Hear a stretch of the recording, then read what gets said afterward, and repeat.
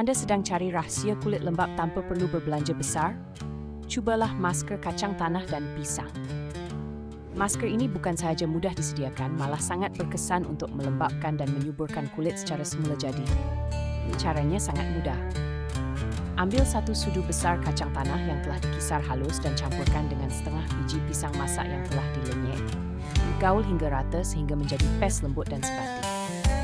Sapukan masker ini secara rata pada wajah yang telah dibersihkan dengan lembut dan biarkan selama 15 hingga 20 minit supaya nutrien dapat meresap ke dalam kulit.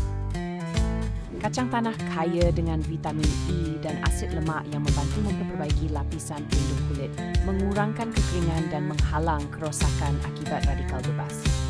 Manakala pisang pula mengandungi vitamin C dan B6 yang berfungsi mencerah, melembutkan serta menenangkan kulit yang kusam dan kering.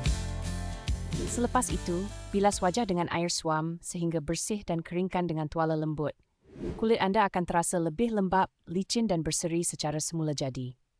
Amalkan penggunaan masker ini 2 kali seminggu untuk hasil yang lebih ketara dan kulit yang sihat. Rahsia kecantikan ini memang murah, mudah dan selamat untuk semua jenis kulit, termasuk kulit sensitif. Cuba hari ini dan rasai sendiri perbezaannya yang menakjubkan. Jangan lupa untuk sentiasa menjaga kelembapan kulit dengan minum air secukupnya dan elakkan berlebihan kepada cahaya matahari.